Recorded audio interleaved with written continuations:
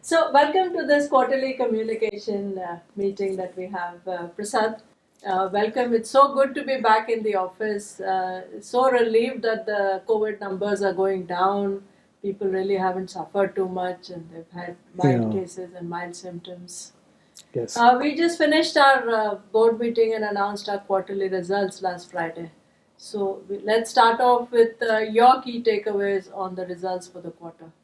I think it was a steady quarter. The performance was good of the core business without any special deals, even special sources of revenue. We did good. I hope we can continue this trend of good, solid underlying performance of the business. Of course, there are areas to improve always, as always, but it was a satisfying quarter. Prasad, you've seen as the results are coming out, there are more and more analysts, investors, stakeholders, and even regulators beginning to talk about sustainability metrics, and expecting companies to take some actions in this area. Why do you believe sustainability is important? So let me first tell you that this is not recent. Recently, I think it's been amplified a lot more. But if you see almost from a couple of decades, this move towards making corporates more responsible in owning up uh, impacts on the environment, the social impact of their work, how they serve customers and all the stakeholders, as well as the trust factor between corporates and society is undergoing a change. Of course, it has been much more amplified now because of the pandemic. I think it has given uh, pause and reflect kind of for all of us.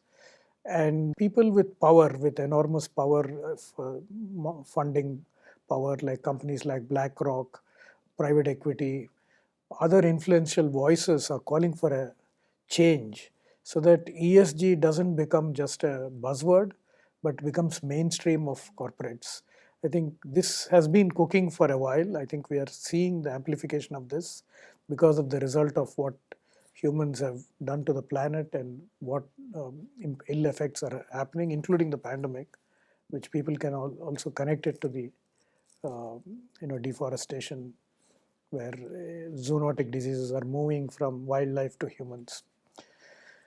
So, in that sense, I think this is not new, but it has certainly acquired an enormous urgency now.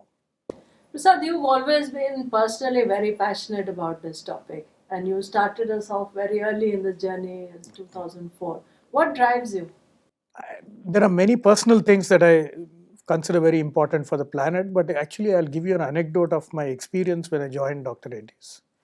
We have a plant in Mirialguda, which is a landlocked plant, and we were producing a product which had very noxious emissions. It was ranitidine. We were emitting even small quantities of mercaptan are very noxious. The smell is very bad. On top of that, we were using large quantities of a solvent called dimethyl sulfoxide. Both of these combined together to create a very uncomfortable ambience around the plant. And the villagers were constantly complaining about this. And we, somehow used to manage the villagers because, that was the easier thing to do and somehow go on. On one of my trips to the plant, I was stopped at the gate by all the villagers and held captive for a whole day, saying that you have to find a solution to this. You're part of this place. You have to provide. Of course, they also were looking for jobs and all that, but the primary demand came out of the uh, situation that we had created for the village. And that day, I felt that what we were doing was fundamentally wrong. And we embarked on a journey to transform our effluent treatment plants, our investments in environment, the way we develop processes, the way we dispose our waste, how do we deal with our byproducts, all of that. That was the beginning of uh, the journey for me. And I think that day in that village, I think I learned a few lessons from the villagers. As an organization, we have improved. We have improved a lot. We are less bad now, but I think there's a lot more to do to be maximally good in the organization. That's probably the start of when I forced ourselves to look at the impact that we have on the environment and how we can mitigate that and do it very seriously. Um, and I think we made a lot of progress, but there's always a lot more to do. Prasad, would you like to talk a little bit about your passion for biodiversity, for how Yeah. humans responsibly use the resources of this planet, the commons, and so on? This is the personal side. I don't want to confuse that with the organizational agenda, but personally, I'm very interested in wildlife, in nature, in mountains, in forests, and I travel to these places often, maybe twice a year, thrice a year.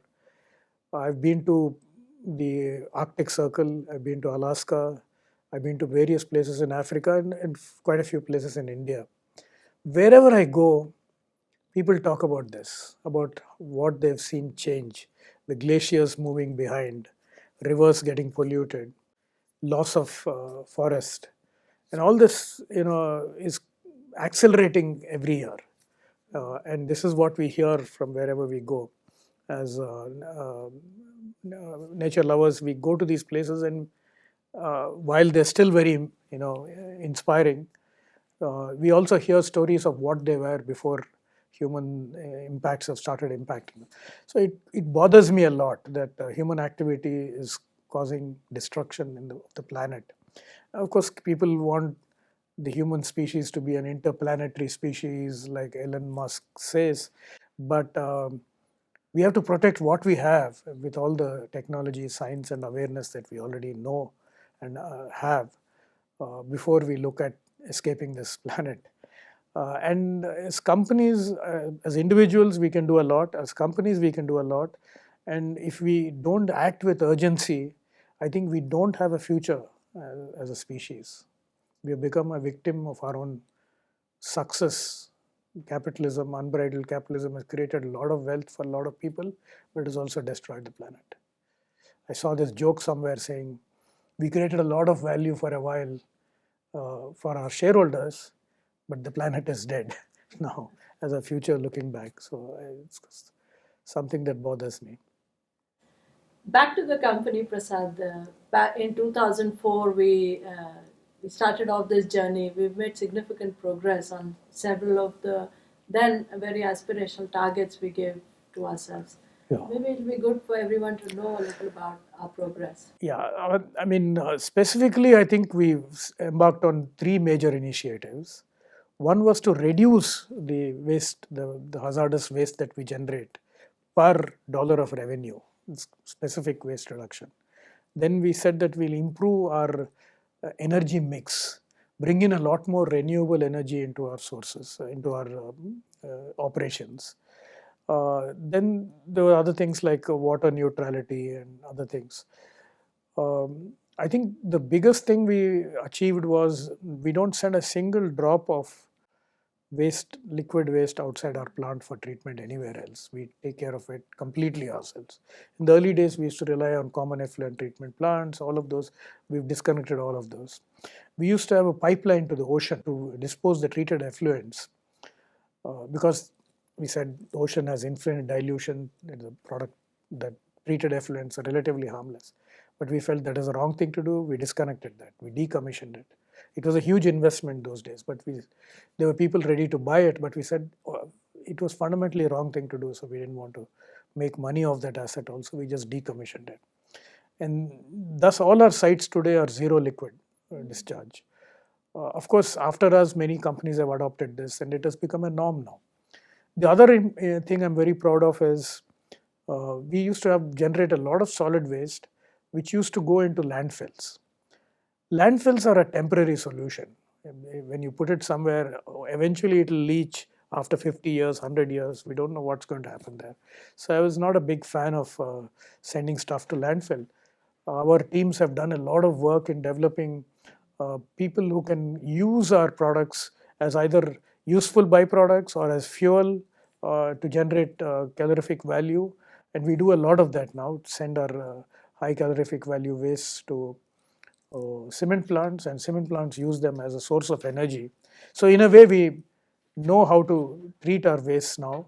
and render them harmless, or use them, upcycle them as byproducts or as fuel.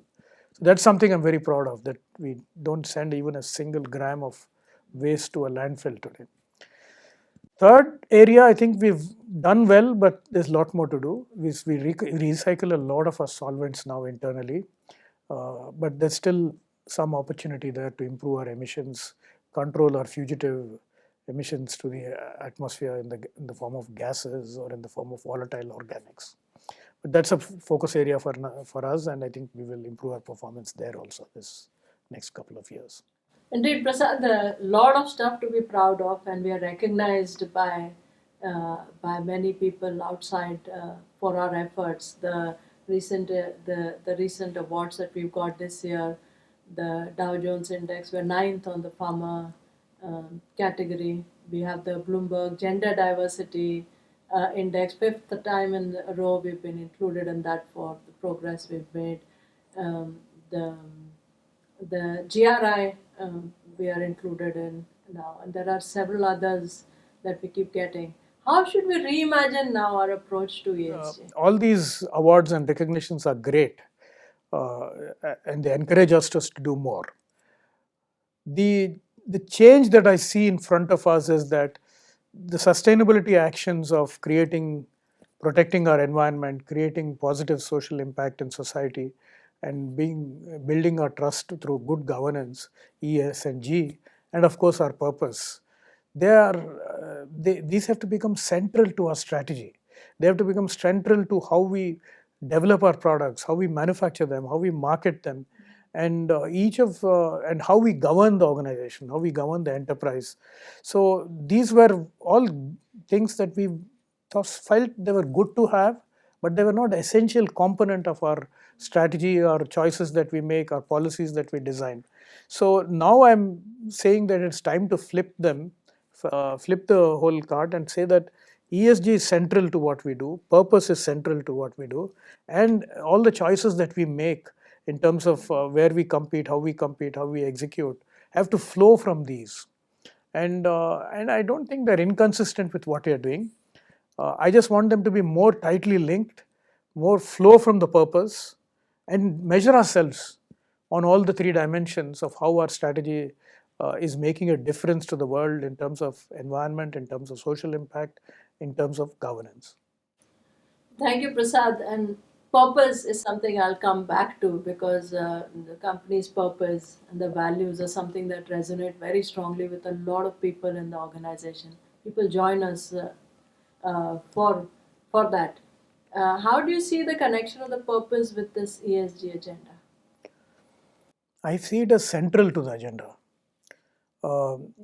If we say that this is our purpose, if our purpose is to bring affordable and innovative medicines to the market, and if we believe that good health can't wait, we can create great impact in the world with this. If we can maximize the number of patients we serve, the number of diseases for which we can find solutions, and create a positive impact on the world, this is good for business. This is our growth agenda. It's not any different. So our agenda for driving the performance of the company comes squarely from the purpose. But in our accounting systems, in our measuring systems, we measure everything financially, which is good, and that is an important part of how we should manage a company. Financial performance, consistency in financial performance, meeting our commitments to shareholders is central. But if we can go beyond that and measure the positive impact that we make through our products and services, the diseases for which we have found innovative solutions, the number of patients we serve, the amount of money we help healthcare systems save, and how access to new products, access to complex molecules like biosimilars and all of this creates greater access and saves more lives. If we can bring all of that and connect that to our accounting system or measuring system, it would be much more powerful, I feel. And that, I think, is a big difference going forward, what we're going to do. Susan, I'm tempted to ask you about diversity. I know you and I talk a lot about it. Although we do get awards, we are not satisfied ourselves with the progress we have made in this area. Love to hear you share some of your thoughts on that topic with the listeners. So, if we start with the assumption that men and women are equal, we should not be satisfied with where we are till we find that kind of equality or parity or close to parity in everything that we do. So today, I think I don't remember the number, but it's in the range of 15% or 14% overall in the enterprise. And this is heavily skewed in India. We are better off in some of the international locations. But in India, I think we struggle to get women into the workforce, especially in areas such as manufacturing, sales force, field sales force, and many jobs. Um, I think historically there's been a bias operating in organizations, in society, in our own cultures. Women have been a victim, have been victims of this bias, and hence, even from a supply side, we don't find it easy to attract women to the company. We have we have tailored a lot of our policies to make them women friendly, but still we are a long way off if you consider parity as a goal. But I think we can be aspirational, we can improve this number every year, and if we march forward, I think we can close the gap. The day when we should be really proud of what we have done is when we are close to parity. We are quite far away from there. So while the recognitions are great, I think we should all be very actively dissatisfied with where we are and correct this gender balance equation. Right. Thanks for that, Prasad. So, where to from here? What will be the next steps on the CSG agenda? What should we expect? So in each of the three areas, whether it is environment, whether it is social impact, or whether it is governance, there are priorities for us. We can, in the E part, we can do much better. We can become a net zero company. That means zero impact on the environment. Uh, we do we do use energy, we do use raw materials, we have a supply chain which is very complex. We have to figure out all the impacts of those and find ways to mitigate them, find ways to counter them, and reduce the resources we use, and move the company towards becoming a net positive company, which means 100% of the energy we use comes from renewable sources. Materials that we use can be recycled, can be upcycled, can be reduced, we can be more efficient in how we use resources.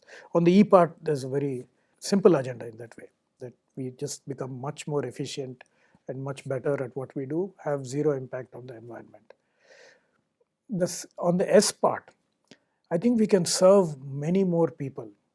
And just throwing our number out there, we can impact the health of 1 billion people on this planet, either positively, either through prevention, through cure, or through improving the standard of care.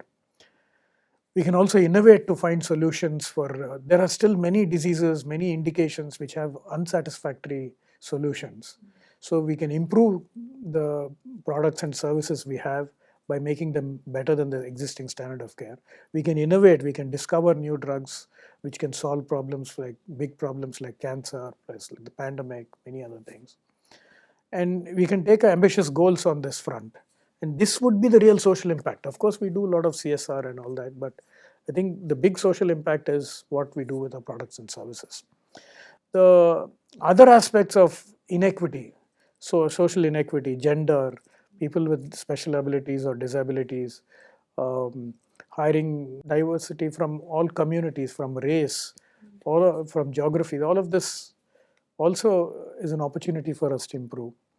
Now, of course, governance, while in in the area of corporate governance, we may be very good, there may be opportunity to improve that as well in terms of the transparency with which we communicate, how we take on commitments beyond financial commitments and honor them, and improve governance at all levels in the organization through transparency, trust, and ethical behavior. So while we will define our bold aspiration in the area in the next few months, any message for all our staff on what they can do as good human beings, citizens of this planet?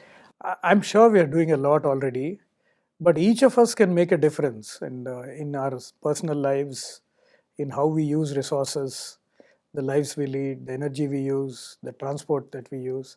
And I think I hope to bring some of the tools with which we can improve our own environmental footprint, our ecological footprint, the carbon footprint that we leave. And I hope we can introduce some of these tools to the entire 25,000 people that we have in our organization and motivate them to do better. A simple thing as switching off the light when you go out, using public transport where possible, um, creating, not using plastic where we can avoid them, not using paper where we can avoid it.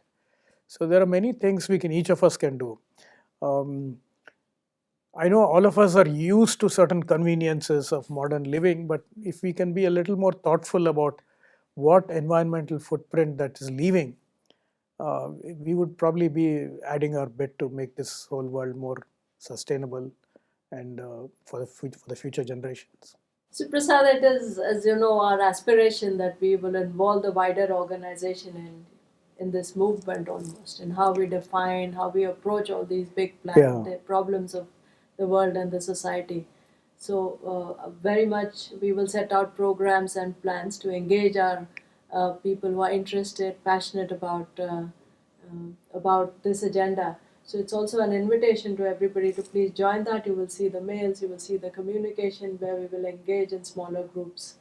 So do put your hand up and do come forward to bring your best creative thoughts and your passion to this topic. Thank you, Prasad. Thank you, and I'm happy to address other groups as part of this, like you said, a movement. And I remember reading a case study on Dr. Reddy's about good health can't wait, and we called it a movement at that time. That we're changing the organization. We're starting this by creating a movement, and I hope this also is the beginning of a movement within Dr. Reddy's, as it is in the world, and inspires all of you to do a lot more in these areas. Thank you.